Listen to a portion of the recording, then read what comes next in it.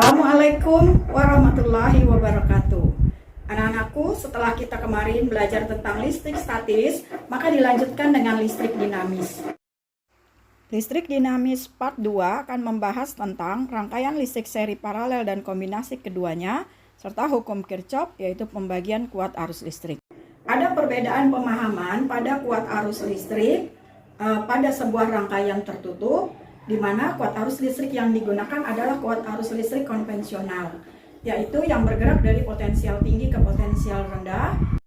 Sedangkan aliran listrik yang kita definisikan sebagai aliran elektron itu didefinisikan bergerak dari potensial rendah ke potensial tinggi.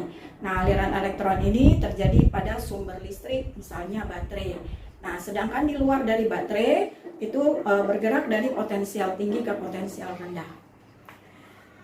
Kita masuk ke sifat-sifat listrik dinamis, yaitu pertama, terdiri dari muatan listrik yang bergerak atau mengalir sehingga menghasilkan arus listrik.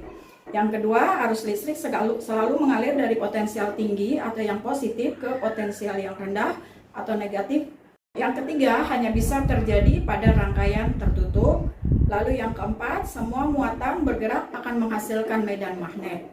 Dan yang kelima, listrik dinamis dapat mengalir pada rangkaian seri, paralel, atau campuran keduanya.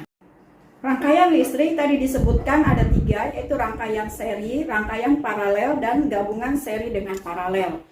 Nah, berikut ini kita akan membahas jenis rangkaian tersebut. Yang pertama, rangkaian listrik seri dari dua hambatan pada lampu, di mana gambarannya seperti ini. Ini adalah lambang dari resistor yang terdapat pada lampu, ada dua buah dipasang secara seri. Ya, kemudian diukur beda potensialnya P1 dan di sini P2. Kuat arus yang mengalir pada hambatan pertama I1, kuat arus yang mengalir pada hambatan kedua I2. Lalu di sini ada baterai sebagai sumber listrik, ada juga tegangan sumbernya, dan kuat arus yang keluar dari sumber listrik namanya kuat arus sumber atau IS. Sifat-sifat pada rangkaian seri adalah yang pertama, kuat arus di tiap cabang sama besar. Jadi nilai I1 sama dengan I2. Kemudian yang kedua, beda potensial di tiap hambatan itu berbeda. Jadi P1 tidak sama dengan P2, tetapi jika P1 kita tambahkan dengan P2, maka jumlahnya sama dengan P sumber. Lalu bagaimana dengan rangkaian listrik yang paralel? Pada rangkaian paralel pada dua hambatan di lampu, sifat-sifat rangkaian paralel yang pertama, kuat arus di tiap cabang berbeda. Jadi di sini gambar dari rangkaian lampu yang tersusun secara paralel atau alat listrik ya, nggak harus lampu. Nah, di sini kita lihat pada saat kuat arus keluar dari sumber, dia berada pada titik percabangan. Ada yang mengarah ke atas dan ada yang mengarah ke bawah. Besarnya I1 tidak sama dengan I2, tergantung dari besar hambatannya. Tapi jika besar hambatannya sama, maka I1 sama dengan I2. Kuat arusnya di tiap cabang itu berbeda, namun apabila dijumlahkan I1 ditambah I2, hasilnya sama dengan I sumber. Nanti kedua arus listrik ini akan bertemu pada titik cabang yang keluar dan nantinya dijumlahkan menjadi sama dengan I sumber, ya. Sedangkan tegangan pertama, tegangan P1 di sini sama nilainya dengan P2 dan sama nilai dengan P sumber, ya.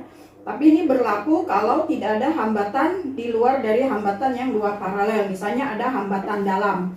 Nah, kalau sudah ada gabungan dari seri dan paralel, maka keduanya akan dikerjakan sesuai dengan aturan pada masing-masing rangkaian. Berikut contoh soalnya. Yang pertama, ada hambatan 30 ohm, 50 ohm, dan 100 ohm. Rangkaian ini disebut sebagai rangkaian seri. Kenapa? Karena antara hambatan R1 dengan R2, di sini sambungannya tidak terdapat titik cabang. Antara rangkaian R2 dengan R3 juga di sini membelok saja, tidak ada percabangan. Artinya tidak ada kawat yang berada di sini sehingga R2 dengan R3 disebut sebagai rangkaian seri. Untuk menyelesaikan soal ini, maka kita mencari R dari penggantinya, kita beri lambang RS, yaitu R pertama ditambah R yang kedua tambah R yang ketiga.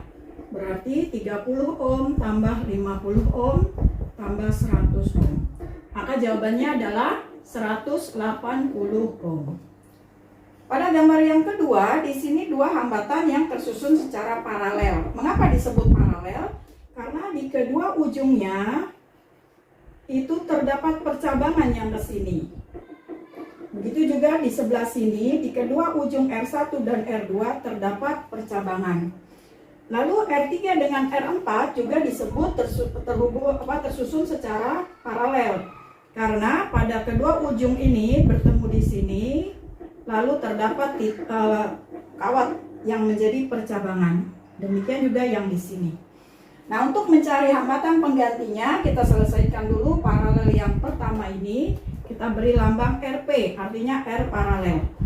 Jika terjadi pada dua hambatan, kita bisa menyelesaikannya dengan rumus seperti ini. R1 dikali R2, R1 ditambah R2. Berarti 60 dikali 30, 60 ohm dikali 30 ohm dibagi 60 ohm ditambah 30 ohm. Sama dengan 1800 ohm dibagi 90 ohm. Maka jawabannya adalah 20 ohm. Nah, dua buah hambatan ini kita ganti menjadi sebuah hambatan yang besarnya 20 ohm. Jadi gambarnya telah berubah menjadi seperti ini, yaitu 20 ohm. Untuk R yang kedua, R paralel yang kedua, ini juga rangkaiannya secara paralel, dikerjakan dengan cara yang sama. R3 dikali R4 per R3 ditambah R4. 40 dikali 40 per 40 ditambah 40. 1600 dibagi 80. Hasilnya 20 ohm.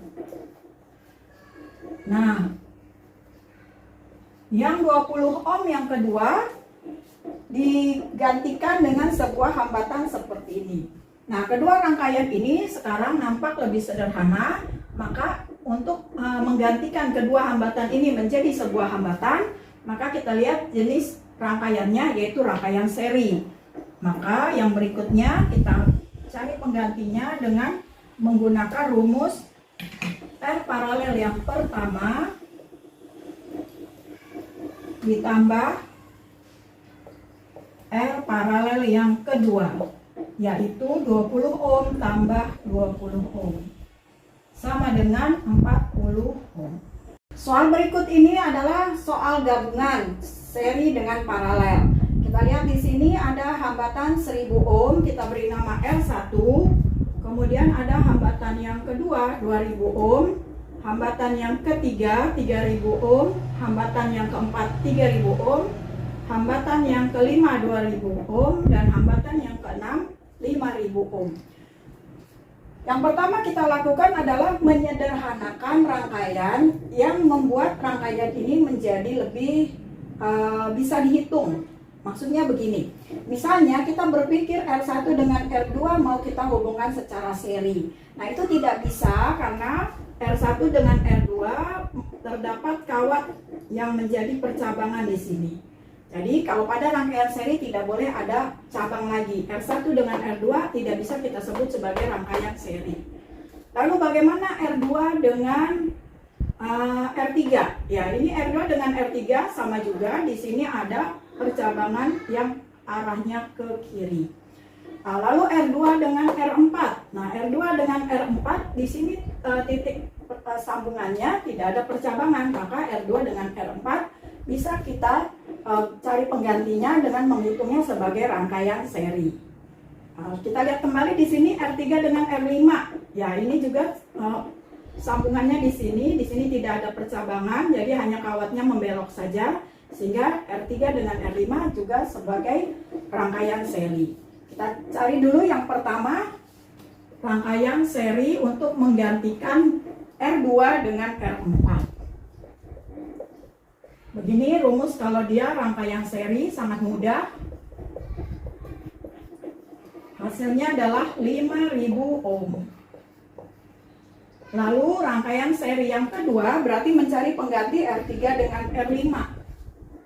Karena dia seri, maka cukup ditambahkan saja 3000 ohm ditambah 2000 ohm. Hasilnya juga sama, 5000 ohm. Bagaimana gambarnya sekarang setelah hambatan yang dua ini kita ganti? Maka gambar penggantinya adalah seperti ini.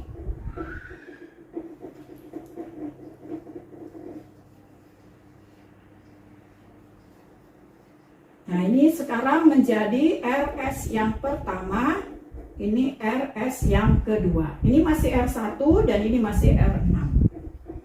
Nah, RS1 dengan RS2 nampak di sini bukan lagi rangkaian seri karena di sini ada percabangan yang menuju ke R1. Di sini juga ada percabangan yang tersambung dengan R6. Maka ini berarti rangkaiannya bukan seri melainkan paralel. Kita cari dulu rangkaian pengganti untuk RS1 dan RS2. Kita sebut di sini rangkaian paralel, yaitu RS yang pertama dikali RS yang kedua dibagi RS yang pertama ditambah RS yang kedua. Berarti 5000 dikali 5000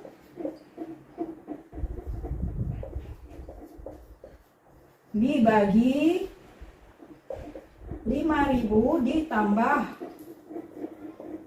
5000. Maka hasilnya adalah 25 juta dibagi 10.000.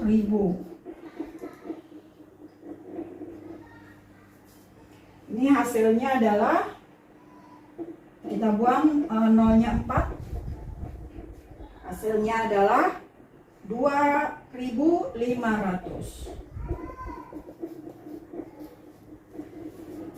Nah, bagaimana gambarnya setelah kedua hambatan ini kita lepas dan kita ganti dengan RP? Maka bentuknya menjadi R1 tambah RP ditambah R6.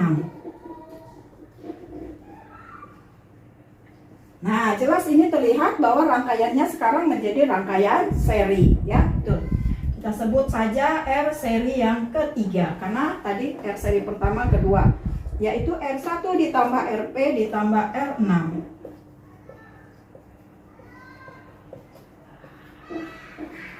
Sama dengan 1000 ohm ditambah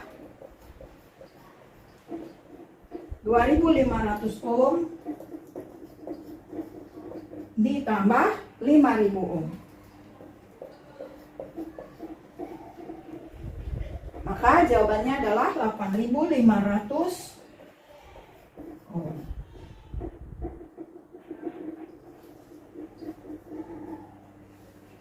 Inilah jawaban akhirnya.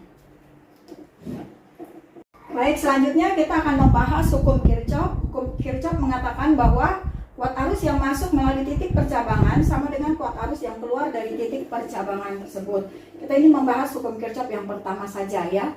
Jadi kalau dilambangkan rumusnya sigma atau jumlah kuat arus yang masuk sama dengan sigma kuat arus yang keluar, ya. Contohnya seperti ini. Terlihat gambar ada panah yang masuk, panah keluar, panah masuk, dan panah keluar. Dari mana? Dari titik percabangan. Jelaskan manakah kuat arus yang masuk dan manakah kuat arus yang keluar pada percabangan. Maka kita buat di sini jumlah arus yang masuk sama dengan jumlah arus yang keluar. Dalam hal ini kita akan memasukkan angka I1 sebagai kuat arus yang masuk, I3 juga sebagai kuat arus yang masuk, serta I4. Lalu kuat arus yang keluar adalah I2 dengan I5. Nah, seperti ini. Ya, ini belum ada angka-angkanya, tapi mudah dipahami. Kita sudah melihat tanda panahnya sehingga mengetahui mana yang masuk dan mana yang keluar. Berikutnya soal nomor 2. Di sini tanda panahnya menuju ke titik cabang di sini masuk, berarti ini Ini juga tanda cabangnya, panahnya masuk, dan ini panahnya masuk tapi tidak ke titik cabang yang pertama atau kita sebut titik cabang A. Nah, berarti kesimpulannya titik cabang A adalah berasal dari 2 ampere dan I1. Lalu yang dihasilkan adalah 3 ampere. Berarti yang masuk di sini adalah 3 ampere karena yang keluar akan 3 ampere. Berapakah besarnya I1? Berarti 2 ditambah berapa yang hasilnya 3 ampere? Ya, betul. Hasilnya angkanya adalah 1 ampere karena 2 ditambah 1 sama dengan 3. Jadi tidak terkait dengan I2 karena titik percabangan A hanya dipengaruhi oleh yang 2 ampere dan 1 ampere. Kita lanjut ke sini. Yang 3 ampere akan masuk ke titik cabang yang lain, yaitu titik cabang B. Nah, di sini ada 2 percabangan dari 3 ampere dan dari I2. Lalu dihasilkan 7 ampere. Berarti yang masuk ke sini adalah 3 ampere dan betul 4 ampere. Karena 3 ditambah 4 sama dengan 7. Yang masuk 7 ampere, yang keluar juga 7 ampere. Ya, begitu kita memahami hukum Kirchhoff. Soal yang ketiga. Di sini tanda panahnya masuk melalui titik cabang di sini dan ini adalah tanda panah keluar. Di sini disebutkan perbandingan kuat arus pertama dengan kedua, lalu berbanding yang ketiga 5:4:3. Berapakah besarnya kuat arus pertama, kedua, dan ketiga? Nampak di sini kuat arus yang keluar adalah 20 ampere. Ya, maka kita selesaikan dengan cara perbandingan. Sebelumnya kita hitung dulu jumlah perbandingan. Jumlah perbandingannya adalah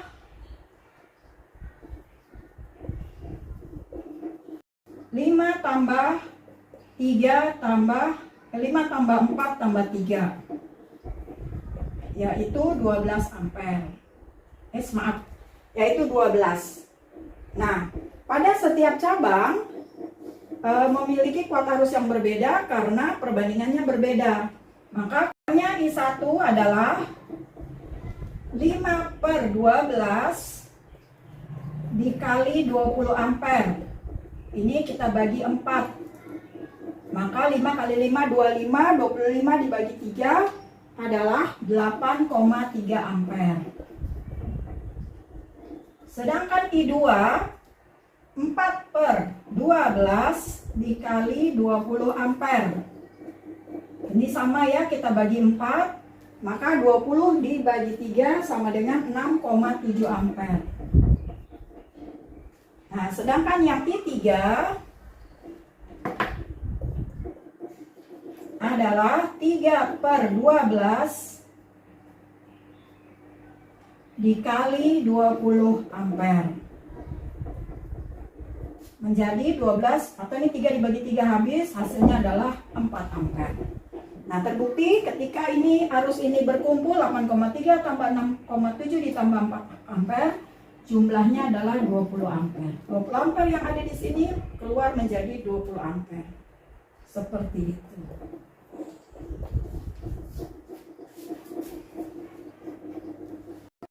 Demikianlah penjelasan Ibu tentang listrik dinamis yang ada kaitannya juga dengan listrik statis.